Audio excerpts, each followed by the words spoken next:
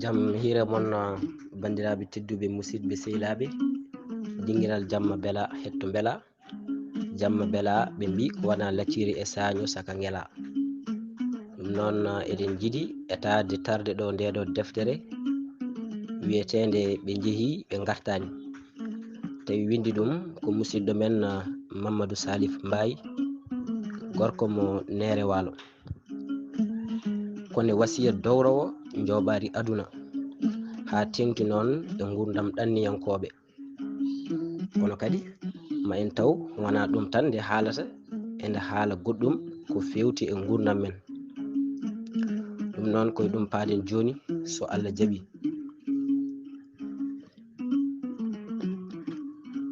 Ɗo woni ɗo ko jettol ɓaade en gardi hen ha ɗo ala e sago kolliten belemma men ɗo deftere nde joofi ɗo. Deftere nde wawa jogade fayida e wune ɗon ɗo en jettani bandiraɓe e musidɓe rokkuɓe en coftal adduɓe ballal cettinigal ha juɓɓinɗen nde. Goto e mabɓe foof dari darde ñisne hamin pawi e juuɗe mon ko woni yeeso mon ko. Ko ardi foof mi yetta ardiɓe Mondial Télécom, kamɓe goni sababu ɓe dokki en ndimagu e wellitare ha binduɗen nde. Ete liggotoɓe mabɓe balli en e yoga e golle e mulgo mayre adango. Souleymani Jeeri Sow e Djibriru Samba Diallo darima darde tinde e yurnitade golle ɗe, ɓe gaddi hen peeje mantiniɗe mahoje. Jewte hakkude men e mabɓe jibini jencuji mawdi payodinde, eɗen jaraɓe kattude. Ma en jettu sukaɓe men jaɓɓe yewtande en gurdam mumen e saaha ñalɗi mumen mettuɗi e ngol lawol yaaɓe ɓe gartani.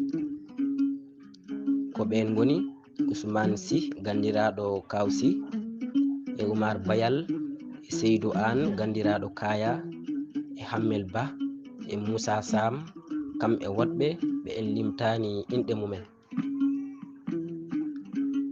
En jejjitani woɗɓe heɗnoɓe e hirjinde en ɓe dokki en coftal e saaha mo bindaten deftere nde. Eɗen beltinira deftere nde kala beltortoɗo Pular e kala Fuutanke e kalowo Fulfulde ɗo wawi wonde kala. Eɗen beltinira ha joni kala jeeyaɗo e notittoɗo e fedde pinal gam haɓade human binnagu ɗo e Libreville lamorgo leydi Gabon, ha tengti e hoorejo fedde nde Samba Ka. Deftere nde ina weltinire dendagal ɓesgu hirnangue Bosoya. En payi joni e natirka deftere nde. Ɓe jeehi ɓe gartani ko deftere ittande e cimtol godgol yantude e yiyande men heeride. Ɓe jeehi ɓe gartani ko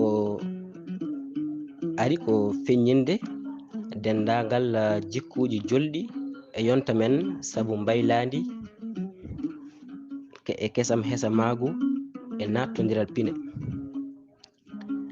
Deftere nde ari ko beele eɗen tesko yaadu men hande jerodiren ɗum e yaadu men hanki beele eɗen mbawa tafde hen jaɓɓal men janggo. Neɗɗo ina foti ɓedde golle mum e kala saaha, anda no fentiri yaadu mum, siwta, sigga, seeɗa kala ko teski yadani e ɓamtare mum, nde wawa subtanade hoore mum ko naftata rendoji mum garoji janggo ɗi. Deftere nde ina soomi bagginali keddinali e wajuyaji. Bagginali ɗi ko dendagal laabi e miijo men pewɗi ɗi jiɗɗen leñol men fera walla rewa gam ɗelñitare janggo men yeeru semminde e nangitade e diine men l'islam rende enɗam e neɗɗagal men. Kirjinaali ɗi jowiti koye yidde dental tafde pelle e dow golle e daranade ƴellidde ɗemgal men Pulaar. Waajuyaji ɗi ko siftinde en ko ala ko wattinta so wona golle moƴƴe. Muñal noon ko jogitari mawdi fewde aduna. Deftere nde ari ha joni ko duwanade wasɓe pittali mumen ngam yinnode ɗumen huɓnude foddeji mumen ko ɗin woni darnude galleji e huɓɓude pooye. Ko ɗon yakari boni goddi taƴi, ko ɓen goni yaaɓe ɓe gartani. Sankiɓe e laaɓi ɗangal walla waraɓe e jeeyirɗe mumen walla nder galleji mumen ma e nder kasoji tawa bandiraɓe ɓattaki. Ko nonne kadi nde ari momtude gonɗi ɓe hollaɓe lebte aduna tampina jogitari mumen hepta saabu wonde ɓe tumarankoɓe. Eɗen jakori tan ma deftere nde wotko nafti rendo men. Eɗen guddita damal ñiŋoje e teskuyaji ma waajuyaji ummorade e kala janguɗo deftere nde. E miijo men ko ɗum hokkata en coftal pertal e yidde jokkude golle men ɗe puɗɗiɗen ɗe. Mamadou Salif Mbaye.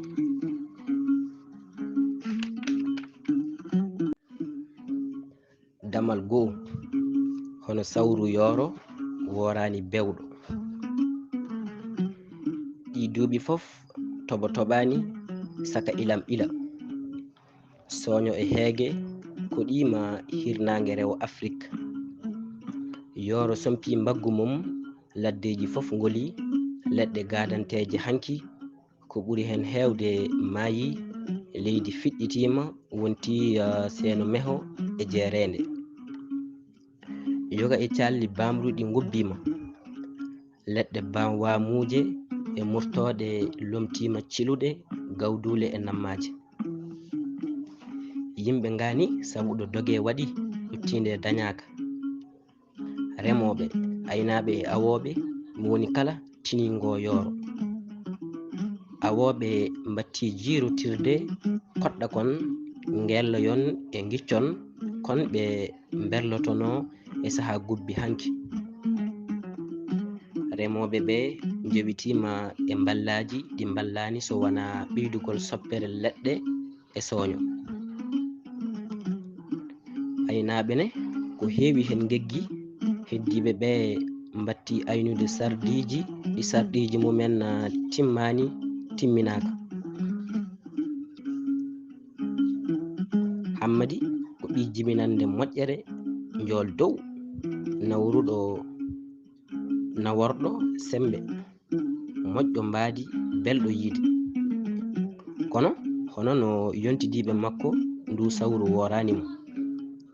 O mawni e galle mawɗo joom ngalu jaajngu. O wuuri e bewre e korsa mawɗo ummorade e jinnaɓe makko. Kono bewre nde ittani hakkille makko, fuynanimo, ɗaynanimo. O fini subaka goto, o noddi bam makko, yummakko, bandi ko debbo Fadimata e cuddiɗo makko malaɗo. O wiɓe, baba, nene, miñira gilam, joom suudam, ko jaam tan noddirmi on. Ɓe mbi yo Allah ɓeydu jaam. O wi hanki Allah waɗino en jogiɓe, jogogal men kadi ina yoɗno sabu en jawaki, en ɗawani hen hay goto. Aduna noon yahata ko ina waylo, kono ko wayliɗo men fof kam ndimagu men waylaki, ete ko ɗum ɓuri himmude e neɗɗo. Jawdi hanki ndi noon ko onon ɗaɓɓuno ha keɓɗon ndi. Hande noon sawru gorle arti e am. Joni noon miijam jolani kam yomi ɗanno mi dardoya Allah, mi waɗa no giƴiraɓam fof mbaɗini. ɓe keɓɓiti ɓe mbi sinno ko sago amin a ɗannotako sabu ɗanngal welani hay seeɗa, kono ko ɗum tan woni coccorgal ma joni. ɗum noon min mbawata widema tan ko yo Allah wat janje foda jiidal. sa yeehi tinnoɗa ndena ndimagu ma e neɗɗagal ma, nanguitoɗa e diine ma no fewi. sa hawri e bande en tinnoɗa e mumen. woni bande en noon ko kala mo jeydaɗa leydi, jiiduɗa ɗemgal e diine e ngaral. miñiko o namdimo mane jahata, o wi so Allah jaaɓi ko janggo jahatmi. miñiko o e debbo makko keɓɓiti mbi yo ɗaccu ha ɓawo janggo, tawa ɓe guppanimo comci makko e pewnanimo joɓari. nde wendo ginno nde wendogo ɓawo janggo jaaɓi yonde, yimɓe gurel Hammadi en foof gari subaka law gam dusde Hammadi. ɓe ina donkiti jaggude gonɗi mumen, ɓe ko terɗe mumen donkiti. Allah e mbaynigu musde e teddude ha tengti, e mbaynigu giɗo tawi ko jaalal leñol mo darde mum e golle mum moƴƴe tengtude cettindi. heddiɓe ɓe ɓerɗe mumen ɓuri tidde ɓe mbi Hammadi sa yeehi min calmini kaariyel en. woɗɓe ɓe goni e wiidemo yo pele deftu ɗo ndewno. yum makko woni e wiccude e pele makko ndiyam ina ñamo. dikkam ya hawre malaɗo, yo Allah newnu lawol ma Hammadam. goram ko ni Hammadi waɗiri e ladde Seko. naw yettoto Dakaru tawi jammini o jippoyi suudu sukaɓe yontande makko. damal ɗiɗi Hammadi e gurdam Dakaru. Dakaru lamorgo leydi Sénégal ko saare mawde to leƴƴi kewɗi kawriti. ko incuru mawdu sabu kewal yimɓe. gure dowri ɗe foof jeewi sabu yoro. mo woni kala tinima Dakaru gam yidde ɗaɓɓidde gurdam beldam, walla yiyoyde kesam hesamagu e batte mbayladi. Dakaru ko ɗon jolfe e farayse kalete. mo ɗigginani ɗe ɗemɗe ɗiɗi foof wiyete ko wacci bes. ɗum firti e ɗemgal wolof ko garɗo mi meeɗa ɗannade. so ɓe nani aɗa haala ko wona ɗe ɗemɗe ɗiɗi ha tengti noon e ngal Pular, ɓe mbiya ko maɓe mbawnuma e haalde jolfe, ngati ɓe cikkata ko ngal ɗemgal ƴellitare.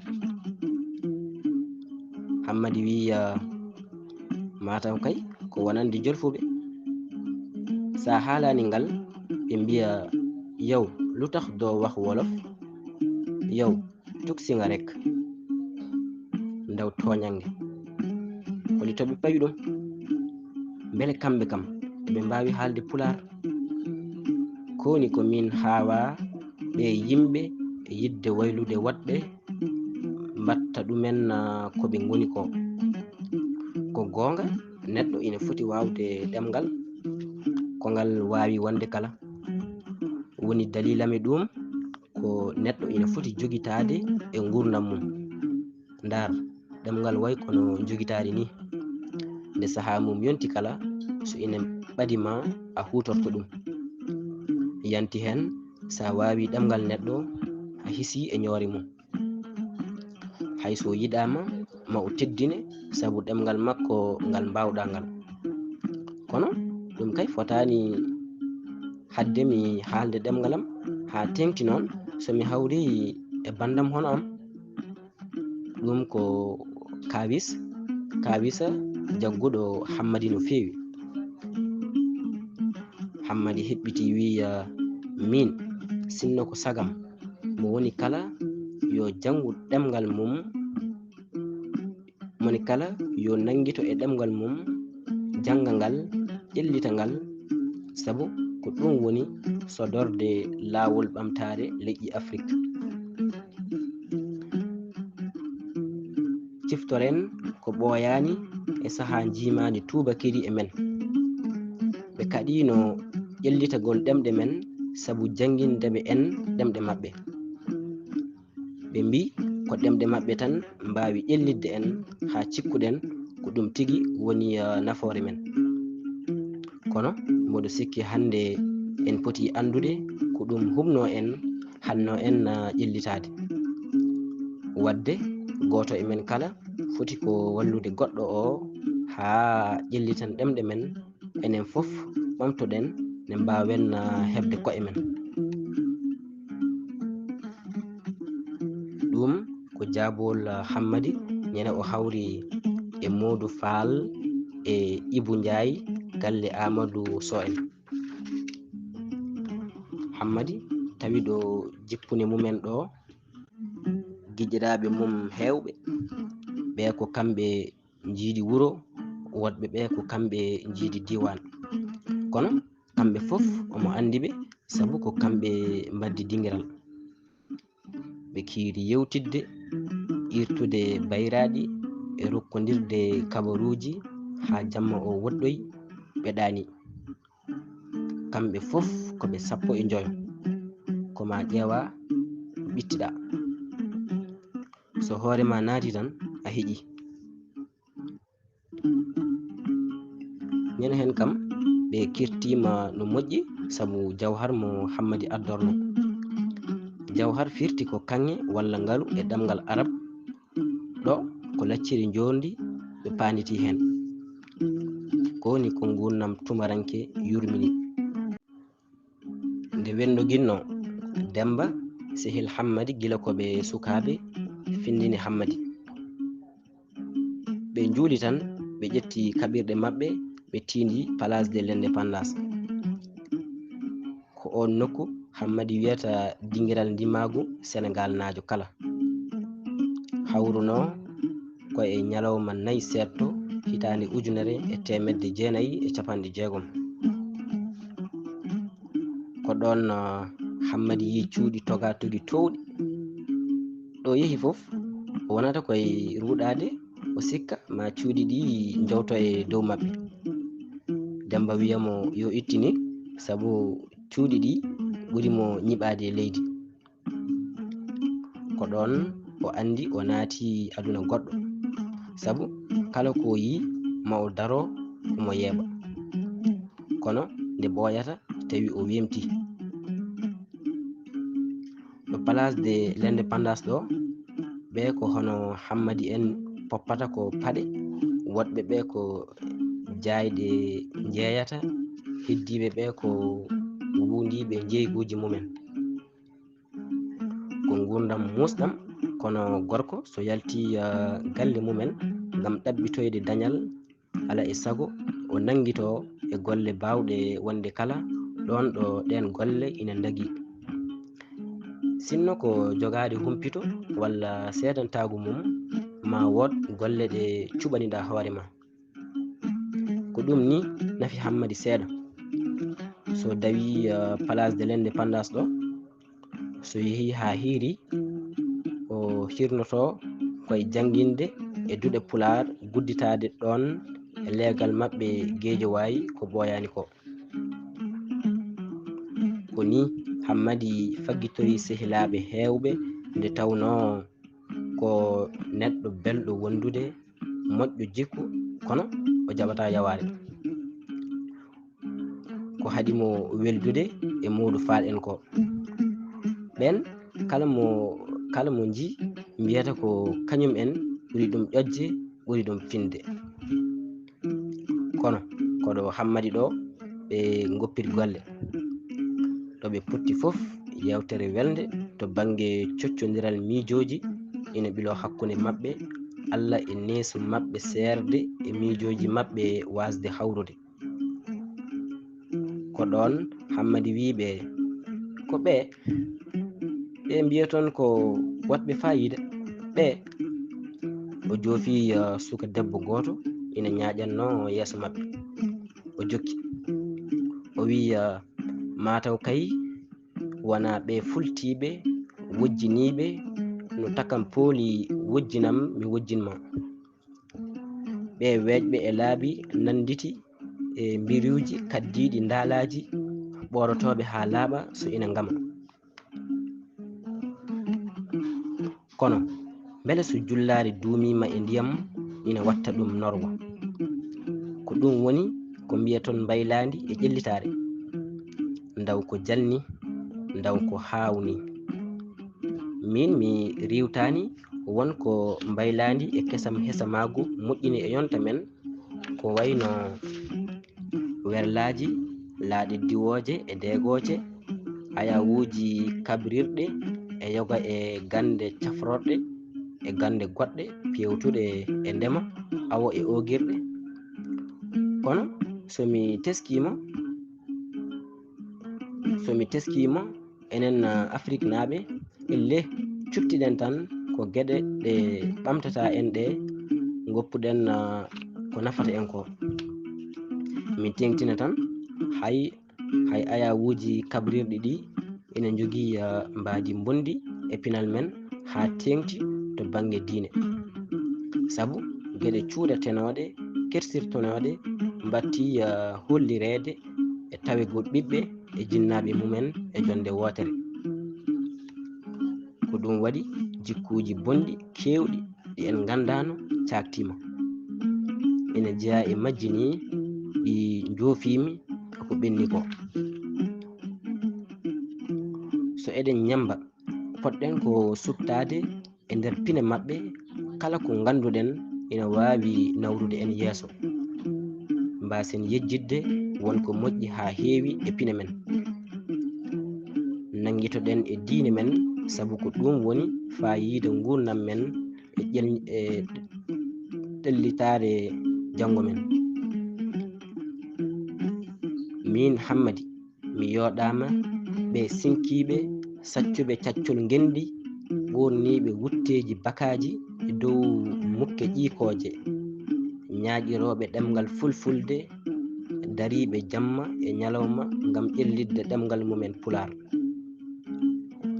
ƴeew Amadou, mami aflo ñamam, mi suddo wirgam, mi yejjitta ayawo ngo jinomi ɗo jeere Sam, ko jeere huccidde e safrirde Abbas Ndaw to Dakaru e lawol Blaise Diagne. ñande hen ɓerdam feeri joɗami o suka debbo, sikki ala ko pullo saabu ɓornugal ngal o ɓorni. ittimi e samat ko yiide yimɓe foof ina ndaara banggue goto, beddimi guitam jimi suka debbo o ina dari omo ɓorni wudde baka jurtiɗo timmuɗo, omo sacci doɓɓe e kotone kanŋe, omo ɓorni paɗe mokki. mo woni kala ma wot ko awi e ɓernde mum, kono min kam o honi ɓerdam saabu timmal makko jaaligal no fuɗirde lewru e jamma mo Dembayal aynoyi.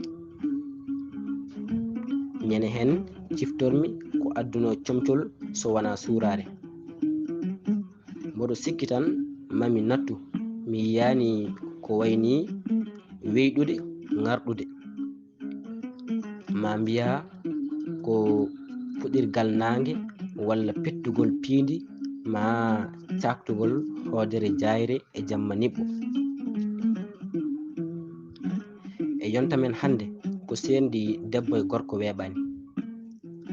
ƴeew an suka gorko, sa sacci pegge jawe e cakkaji, holno bande debbo o waɗata?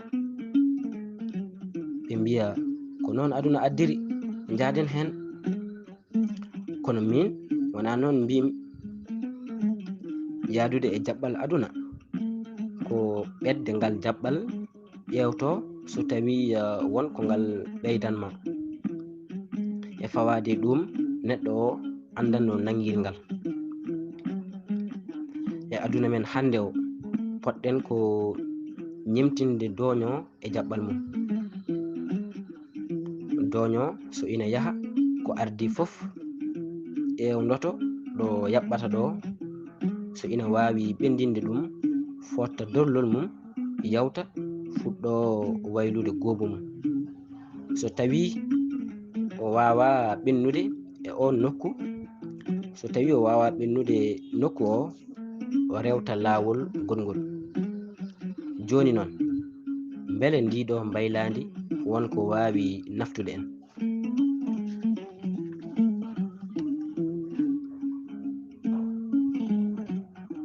Hammadiya woni ɗon e Dakaru ha wodi ko dañi, neldi hen jinnaɓe mum. Ko heddi ko tawi Demba en pelliti ɓennude ko ɓennidi e mabɓe. Eyyi ɗum noon bandiraɓe tedduɓe musidɓe sehilaɓe, mata ko ɗo katten ha ñande wonde, so Allah jaaɓi jokken caggal nde Hammadi felliti ɓennidde e Demba en. Ɗum noon sawtongol ko musidɗo mon Hady Bal to cuuɗi men Farndala Fouta. Allah jarama on jarama.